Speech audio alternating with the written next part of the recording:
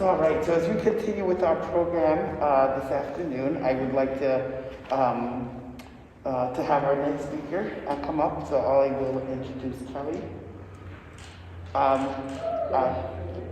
Nevins, am I saying it right? Okay, I always want to make sure I pronounce it correctly. So Kelly has been a leader in Rhode Island nonprofit sector since 1990. Her expertise in strategic development, motivating teams, individuals, workplace equity, and community relations tool, program development, public speaking. She holds a master's degree in education and as well as in leadership. The CEO of the Women's Fund of Rhode Island since 2016, Nevins often speaks about the status of women and girls, why investing in women pays off, and using gender lens to create systems change. She has presented at the women-funded international conferences, the Bryant University Women's Summit, Lifting Voices of Women in Science and Medicine Conference, and frequently is featured on local programming and as a speaker at local community groups. She was honored in 2020 as a social sector industry leader by Providence Business News and received the Secretary of State's Medallion Award. In 2021, she was named as a Fellow of Women's Leaders of the World and a Rhode Island Nonprofit Innovation Lab. Nevins served on the Providence Mayor's Equal Pay Task Force. She is the Vice Chair of the Rhode Island Coalition for Reproductive Freedom and serves on the board of the United Way of Rhode Island, Rhode Island's Community Advisory Board, Grant Makers Council of Rhode Island, and Women's Fund Network. She's also an active member of the Providence chapter of the NAACP. Please join me in welcoming Kelly Nevins.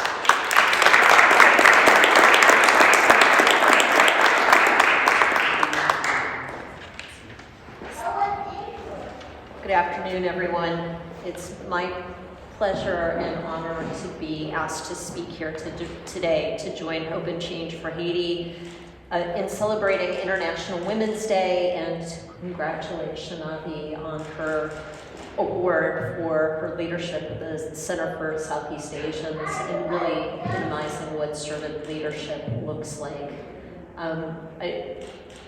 We were talking a little bit earlier today, and she was just sharing that the center last year served over 10,000 people and that they never closed their doors during COVID.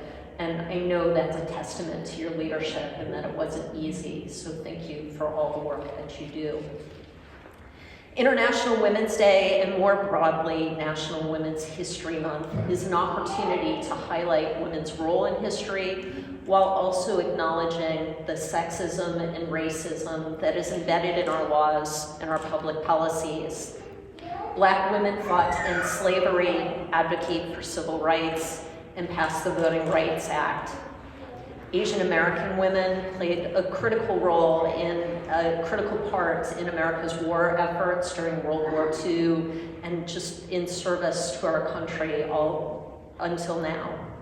Generations of Native American women were and continue to be stewards of our lands, and Latina women have been important partners in organized labor movements throughout the United States.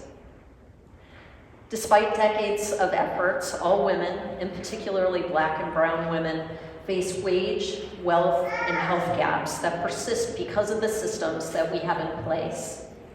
COVID-19 and the resulting economic crisis shone a spotlight on these gender gaps. Women, and particularly women of color, disproportionately hold jobs in industries that are chronically undervalued and underpaid, such as our caregiving industry, where in Rhode Island, 87% of the employees are women and the majority are women of color. Communities are more vital, our economy is more prosperous, and our nation is more just when we invest in women and girls. This investment includes health and well-being, economic self-sufficiency, and leadership and empowerment of women and girls, particularly by focusing on those who experience the most profound inequities. There is no gender justice without racial justice. The Women's Fund of Rhode Island's mission is to achieve gender equity through systemic change. Our work is driven by our vision statement, which imagines a community, a nation, and a world that is free of gender and racial bias, and where social justice exists for all. Our social change shows up through community engagement, removal of barriers to resources, and the creation of equitable social and institutional systems. We believe that change can happen by advocating for policies that create a more equitable Rhode Island.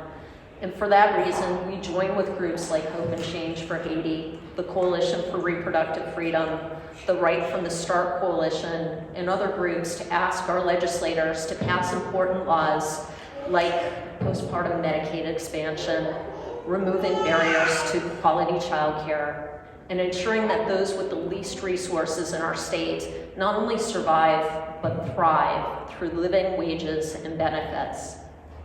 We also continue to advocate for women and people of color to be at the tables where decisions are made and resources are allocated. It is vital that the folks at those tables reflect the communities that they serve. This is an election year, and while we work alongside the members of the Let Rhode Island Vote Coalition to expand safe voter access, it's also important to support female candidates and those of color who are running for office. Let's ensure that there is a diversity of voices that are being heard when state and community policies and budgets are being considered. And while the Women's Fund focuses much of its advocacy work at the state level, we know that there is so much more to be done at the local city and town level. Councilman Germain, LaFortune, Vega and Vargas, thank you so much for your work on the different city councils. We need more like you throughout the state to build a more equitable Rhode Island. It is said that a woman needs to be asked 7 times to run for office before she really considers the opportunity. And so I'm asking you women in this audience today to please consider running for office and to ask each other to do the same, so at least 2 of those times is out of the way. I'm also asking all of us to step up and support those women who do decide to run for office, whether it's through donations, volunteering for their campaigns, or just cheerleading for them. It's not easy being the only one or one of a few in a room where white men have dominated the conversation for so long. The women's movement must continue to play a key role in addressing the intersection of racism and gender inequity. Women have always been the backbone of families, communities, and the civil rights movement. It's no secret that when Black and brown women rise, they take others up with them. Thank you for your time, and happy International Women's Day.